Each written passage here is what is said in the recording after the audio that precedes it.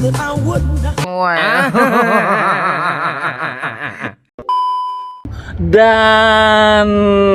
kalau ia datang, ia akan... Waduh.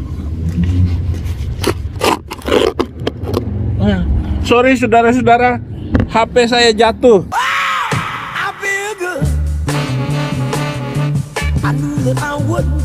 Kasihan saya sama si Jepang ini kan. Sekarang kami tahu bahwa engkau mengetahui segala sesuatu. Sekarang kami tahu bahwa engkau mengetahui. Waduh.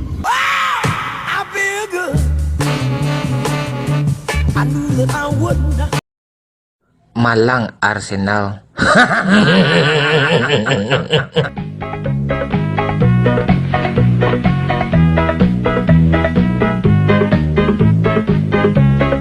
Assalamualaikum warahmatullahi wabarakatuh. Sahabat semuanya, jumpa lagi kita ya. Alhamdulillahirabbil alamin. Segala puji bagi Allah, Tuhan semesta alam. Tiada Tuhan selain Allah. Allah lah satu-satunya Tuhan.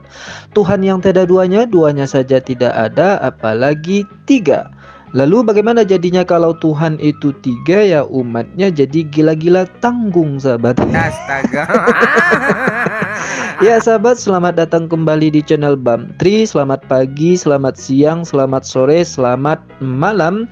Selamatkan diri Anda dari oten-oten yang gila-gila tanggung. Ya sahabat, kali ini kita akan kembali dihibur oleh siapa lagi kalau bukan Sapi Udin Birahim.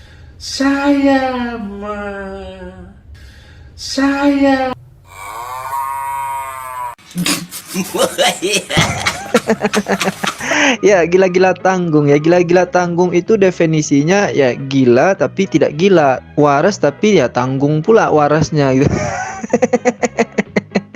Ya itulah yang kemudian akan menghibur kita terus ya sahabat, gila-gila tanggung gitu. Kenapa saya katakan dia ini gila-gila tanggung ya? Karena memang dia ini tidak seperti orang biasanya sahabat.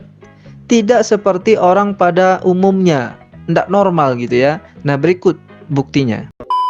Tapi sekarang sudah luar biasa itu teman saya yang ada di Kalimantan Timur. Nah, saya nggak mau sebut namanya. Waktu saya masuk Kristen, dia bayar SPP anaknya saja nggak bisa. Begitu hebatnya itu penginjil. Tapi memang luar biasa perjuangannya itu. Oke, saudaraku yang ada di Kalimantan Timur ya, jangan membesarkan kumis aja ya. Oke, kita saling tahu sama tahu. Haleluya. Entah normal tanda itu kan perlu dipertanyakan itu. Siapapun yang mendengarkan ocehan Udin barusan ini pasti tidak tahu dan tidak paham apa yang mau dia sampaikan gitu. Jangankan kita yang mendengar, dia sendiri tidak tahu apa yang akan dia sampaikan. Entah apa yang diucapkan oleh mulutnya itu tidak pernah sinkron dengan apa yang dipikirkannya gitu sahabat. Sehingga yang terjadi ya seperti itu tadi, gelagapan dan tidak tahu arah gitu ya. Dan tidak ada poin penting yang keluar dari mulutnya itu, asal ngoceh aja gitu. Jangan membesarkan kumis aja ya. Oke, kita saling tahu sama tahu. Haleluya. Ya, yang penting live aja lah. Mungkin itu aja yang dalam pikirannya itu ya sahabat. Yang penting live aja. Yang penting nanti ada orang yang berdonasi ke dia gitu ya. Nah, ini baru satu. Yang kedua masih ada lagi sahabat. Kenapa Pak Jokowi, sepertinya Pak Jokowi tutup mata deh dengan usulan saya ini. Ngomong dong Pak Presiden.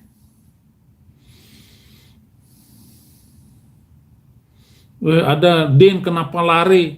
Siapa yang lari?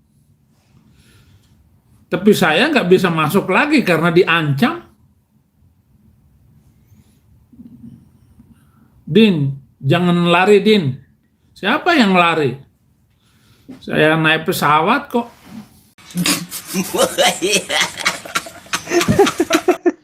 Koplak ya si Udin Peot ini ya sahabat.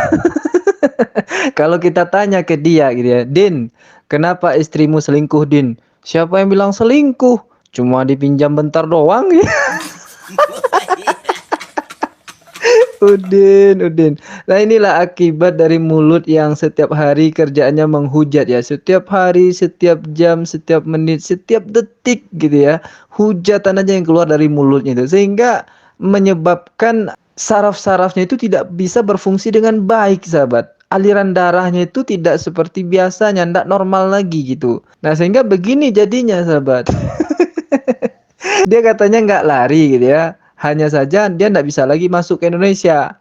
Ya kan artinya lari. Ya nggak lari itu ya kamu tetap aja di Indonesia waktu itu kan. Sekarang pakai alasan nggak bisa masuk ke Indonesia karena diancam katanya. Nah yang kedua, saya nggak lari. Saya naik pesawat gitu.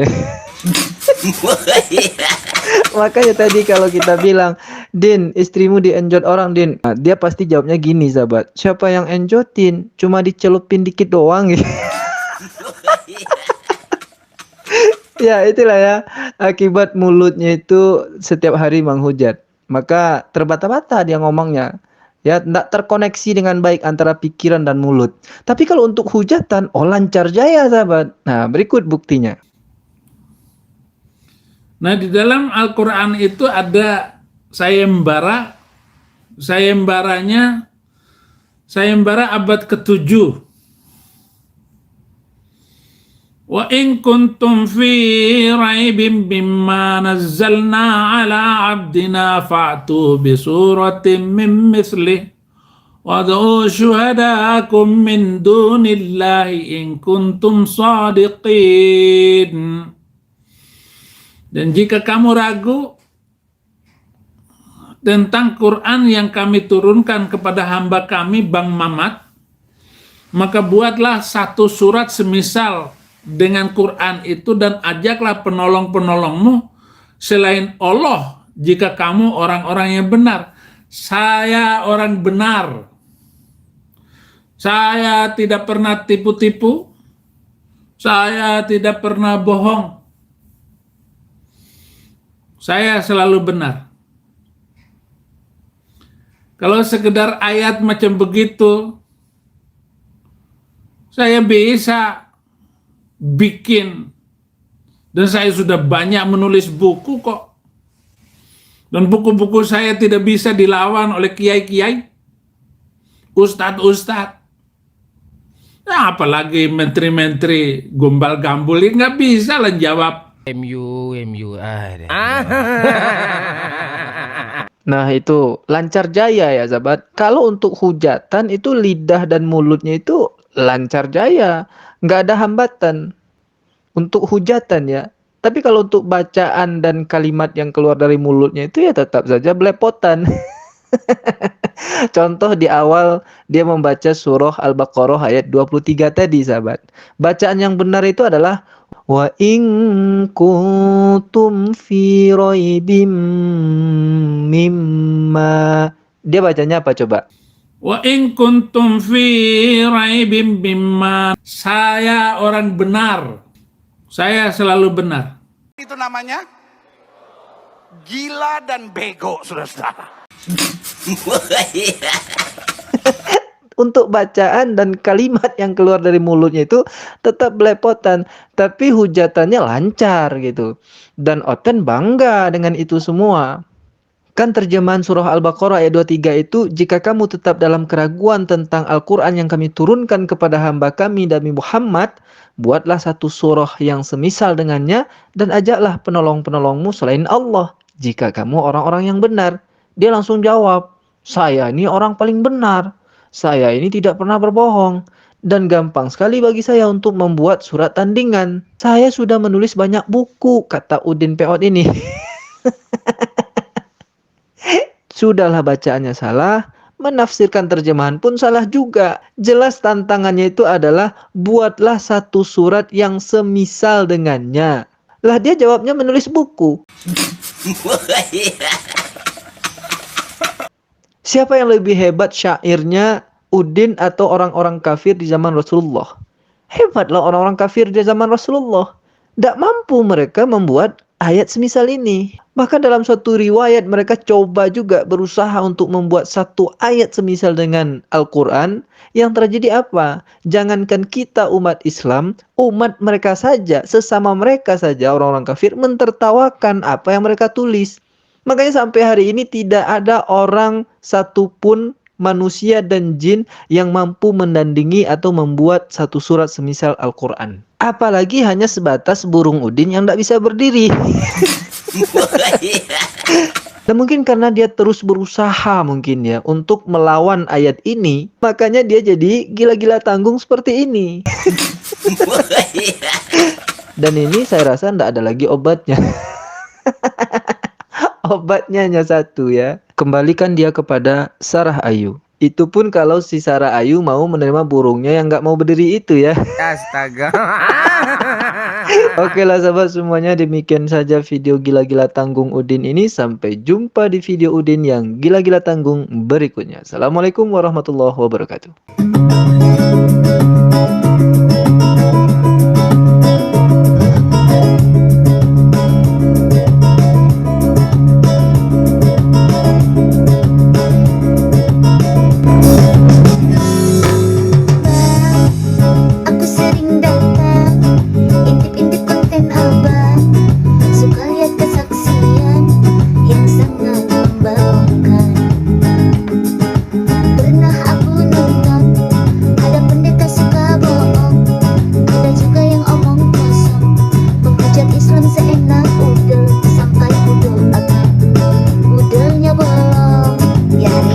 Lam malam kudus, nyi senyap.